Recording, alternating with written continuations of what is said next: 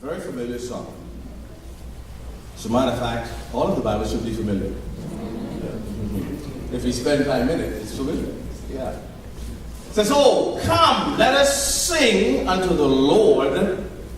Let us make a joyful noise to the rock of our salvation. Let us come before his presence with thanksgiving and make a joyful noise unto him with psalms or songs." Why? For the Lord is great and a great king above all gods. So he is the God of gods. In his hand are the deep places of the earth. The strength of the hills is his also. The sea is his, and he made it, and his hands formed the dry land.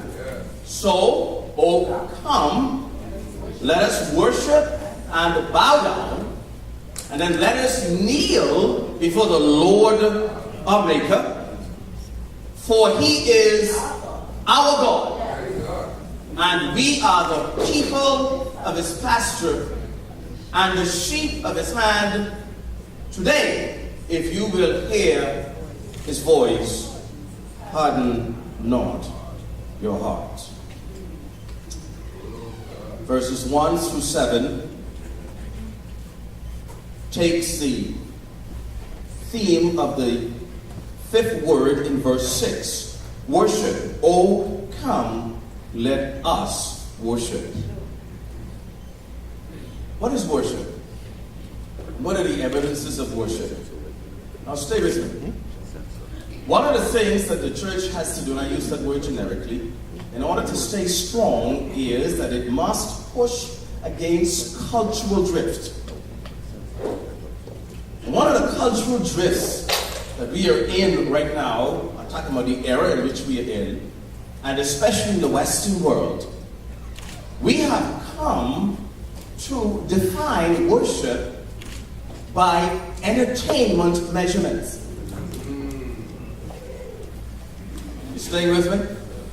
We have come to the point where we define the intensity of worship, the quality of worship, and the level of worship by entertainment terms. Like, that was not good. The worship was not good. You would hear things like this. The people are friendly, the message was good, but the worship wasn't good. You ever heard that? Ever made that statement? Why nobody say, yeah? You can tell me, what is this like? Ever made that statement? Yes, some of you made that statement. When people go to an event that is considered a church event, they don't measure the quality of the word, they don't measure the quality of the fellowship, it is measured by the music. And so what has happened today is that we have learned to measure how good worship is as if we would have gone to a concert or a ball game. It becomes entertainment. For example, if I were to say to you, to prove my point, there'd be no musicians for 1 month, some of you wouldn't want to come to church. You see what I'm saying? You wouldn't want to come, because we have learned with the cultural drift to define worship in entertainment terms. Now, how do we define worship? One, worship is intense focus. I've said this to you before. The same energy you and I use to worry, it is the same energy we're supposed to use to worship. We don't have two different energies. Worry is an intense focus on a situation.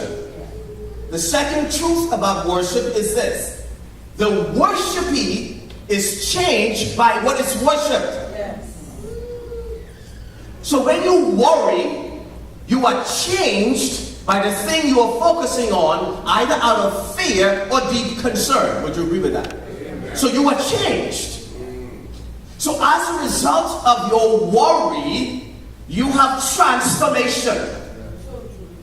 And that transformation can actually be a lack of sleep, You could lose weight. You could just kind of not be yourself. So then let's take that same truth and bring it then to worship. How do we know if worship has taken place? What are the elements of worship? There's a worshipee. There is an object of the worship. And the worshiper is to be transformed, obviously affected by the object of worship. Yeah.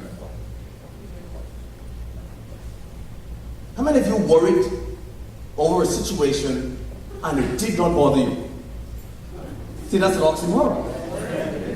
I still not going to be, I'm not going against this today. I'm trying to prove a point. So this is what he said. You worry deeply but wasn't concerned. So we come and we say we worship. We really had good worship. But there's no change. So did worship really take place? The answer is no. Now, might we have been entertained? Yes.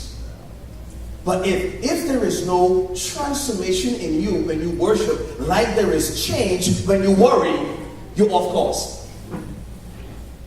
And every act of worship affects us, even if it just affects our blood pressure slightly. Sorry, every act of worry. Every act of worry affects us to some degree, minor or major.